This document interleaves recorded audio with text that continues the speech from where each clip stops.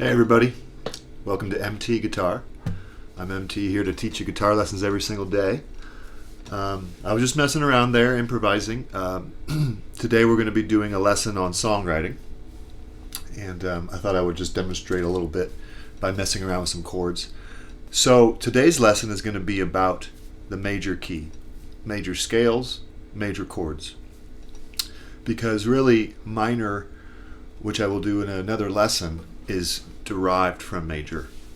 Another way to say it is minor is major from a different position, starting with different notes as your home base. So for instance, a major and minor key like C major and A minor have the same key signature, so actually they have the same notes. So point is you really want to master the major key very much so, as much as you can, and that's what my teacher told me to do, and he was very right. So everything kind of opened up and made sense a lot more once I started learning really the major scale. So we're going to sort of take a close look at the major scale and the chords and scales, so you're going to want to stick around to the end. So let's zoom on in. Alright, so we're going to be covering the C major scale and the C chord. So the scale is often overlooked, the major scale, and its importance is usually not highlighted enough, I believe. So it's really crucial to just learn it, right away when you're thinking about writing songs, because the major scale maps out everything that we really need to understand what a key is. And all songs are in the key of something. They may modulate and change, but that's just the way it is. They all have a home key. So I'll talk about that in a bit.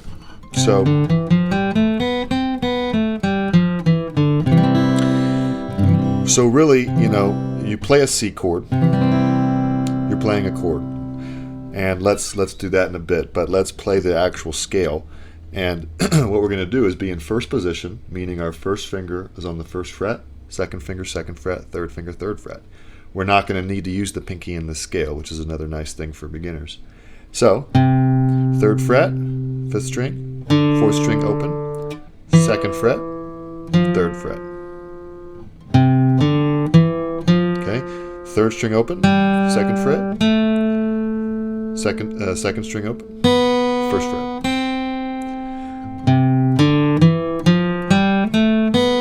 That is C, just like this is C. It's an octave up, and that is a crucial element to understanding guitar, which I will get to with Caged, which is a whole different system than what we're talking about right now. So it's not necessary, but you have that C major chord. Go ahead and pause the video if you want and just play around with the scale. Okay, you got to start improvising as soon as possible. Don't go above or below it.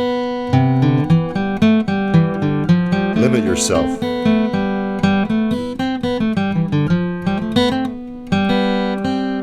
It's kind of difficult, right? There you go. Let's keep going. So that's an octave. Keep going. Third fret, first string open, first fret, third fret. That's all the way up to a G. Okay, and then we go down. Second fret, open, third fret, sixth string, first fret, open. You can actually play a C chord with the C in the bass, and you can also play it with a G in the bass, which some songwriters and acoustic players like to do, including me. Okay, so that's a C scale all the way up and down in first position, and actually open position, meaning that we're using open strings. So what you want to start doing is connecting this chord with that scale.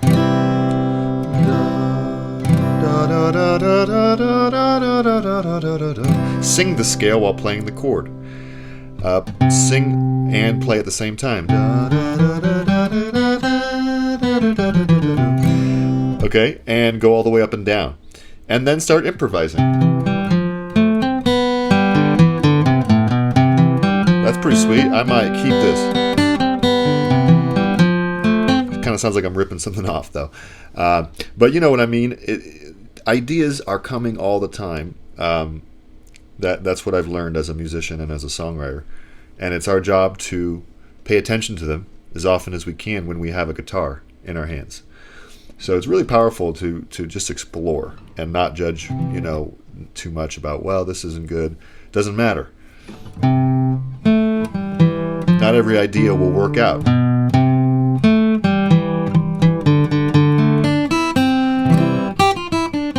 Okay, so you're in the key of C major, and what we want to do is we want to learn the chords, the major chords in C major, in traditional Western harmony, meaning you can always break the rules a little bit, which the Beatles started doing a lot, and early rock and roll started doing a lot, and we can do it as well. But we got to start with the rules so that you can understand what rules you're breaking. So you've got a C chord, and if I play two other major chords, they would be F and G. And those are called the 4 and 5 chords. So let me explain what that means. You have a 1 chord. In music, we use Roman numerals and numbers basically to describe where we're at. It's very useful. And so you say, okay, I'm in my 1 chord, and there's 7 notes in a major scale, but there's only 2 other major chords. There's a 4 chord. So if I go C, and I count it as 1, and I go to the next note, D, count it as 2, E, 3, F, 4, boom, I'm on my F chord. If you're a total beginner, you can do this F major 7 for no barring, or an easy bar, but this is the full chord. So that's your 4 chord. There's my 5 chord, so now I go to a G. So 1, 2, 3, 4, 5. 5 chord is the most important chord besides the 1 chord as far as traditional diatonic harmony. Okay, so you got your 4 chord, your 5 chord. Now you may say, that's great, but that's key of C.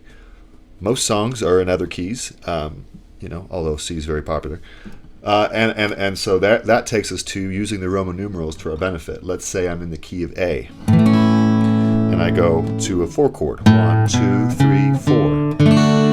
Sounds familiar? Right? That's Lean On Me. So there's your 4 chord, and then one more note in the scale. 5 is an E chord.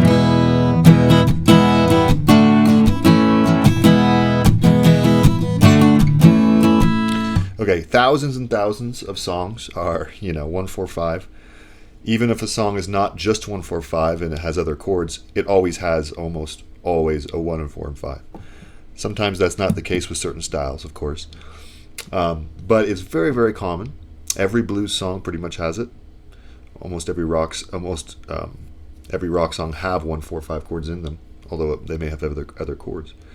So, you want to really take this seriously, which I'm assuming you are because you're watching this video. There would be a 1, 4, 5, and G. And what I would recommend is learn the major scale in that key. This would be G. Again, first position or in an open scale. There's positions for all these scales. There's fixed and movable, where you move your hand, and there's 3 frets per string. I mean, there's all sorts of techniques that if you guys are interested in theory, fretboard theory, mastering the guitar, mastering music theory, I would comment below and let me know, because it's one of my favorite things to do is to study this stuff and play with it. And you actually end up writing so many great songs by playing the major scales, because you're messing with the melody and the chords. So the last thing I'll say, I've given you the scale and a 1, 4, 5 chord progression. Last thing I'll say is, may seem obvious, but to actually play a chord and improvise in the major scale with your voice or guitar. So if I go like this, da, da, da, da, da, da, da, I'm just staying on 1 chord, or I can move the chords around. Da, da, da, da, da, da, da, da. And I may not like that idea, but I may like it. And the idea is you may mess around for hours, or even days or weeks before you find something that is worth sort of messing around with and figuring out if it's a song you can write. So your job is to master the major key, the major scale, and the 1-4-5s.